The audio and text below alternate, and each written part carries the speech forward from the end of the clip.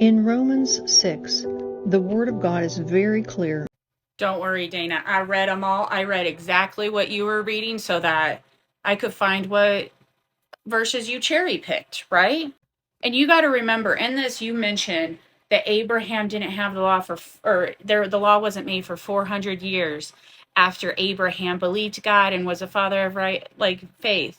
Well, yeah, but you also have to remember that the Israelites, God's chosen people, were in extreme sin. What they would do is go worship other gods, then come back, God save us. The moment God would save them, go and worship other gods and be in extreme sin. So he had to put the law down for the unruly people. If the people could have just kept their stuff together, he wouldn't have had to do that. But let's go into Romans 6. So you cherry picked a verse, but you missed a couple. So let's go into verse 1. What shall we say then? Should we continue in sin or disobedience so that grace may abound? God forbid. That means no.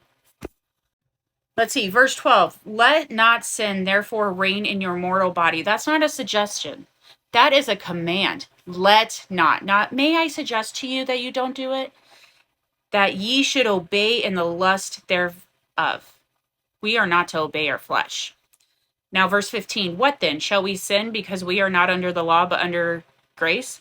God forbid. No. We need to obey.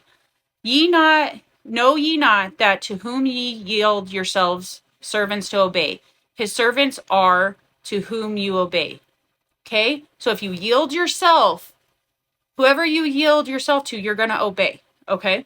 So whether it's sin unto death, disobedience unto death, you either disobey unto death or obedience unto righteousness. And that's in verse 16.